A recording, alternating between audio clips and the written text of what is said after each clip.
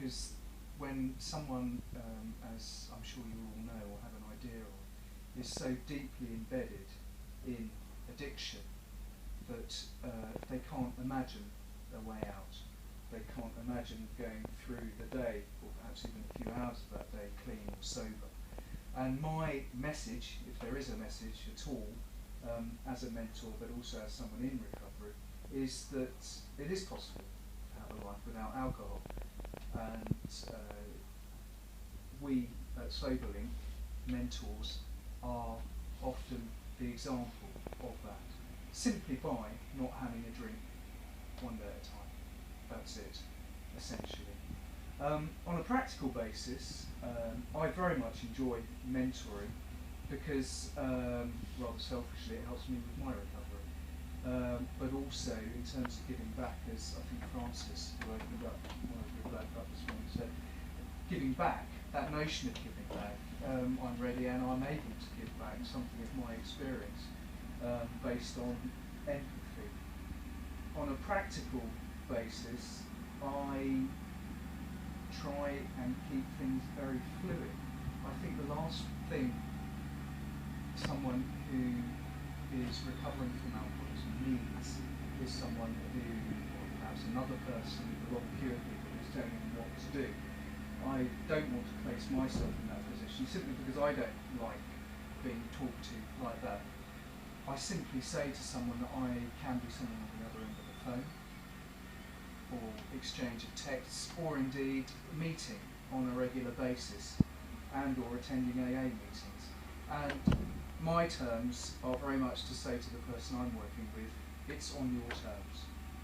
And I find so far that has been successful, because I think for the person, the mentee, sorry, this isn't laden with this jargon, but for the person I'm working with, the fellow person in recovery, I think managing whatever practical situation they have, be it on their own or be it within a family and so on, is a hell of a lot.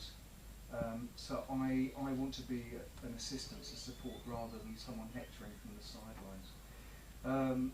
Within that, there are common themes that come up. I think addressing isolation. Often people drink in isolation, covertly, hiding from the people around them. That's something that they're having to come to terms with in sobriety. Perhaps finding that they're in equivalent situations which they were drinking in. How do they deal with that? Perhaps I can be someone who, from my own experience, can provide advice. Or if I can simply say, no, I have no idea what you're talking about, but nonetheless, let's chat. I've found that can be helpful. For me, there's a level of honesty which is very new for someone in recovery. Honesty with themselves, primarily. A, that they have an addiction, alcoholism in this case, and that B, they can talk about it. And I think that simple communication that the relationship can be about is very helpful, because it's moving from that isolated, addictive mentality to someone who is just freer about themselves and about those around them. That's it, in a nutshell. Thank you. Thank you. So I want to thank all of you for having done that. And the idea from this session was just to give all of you a flavour of what SoberLink is about.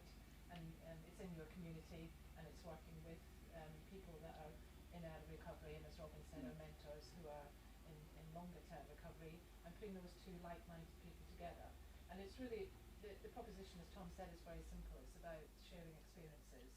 We're not psychologists, we're not doctors, we're not physicians, we're nothing. We're just people who are in recovery doing our small thing to try and help other people coming through.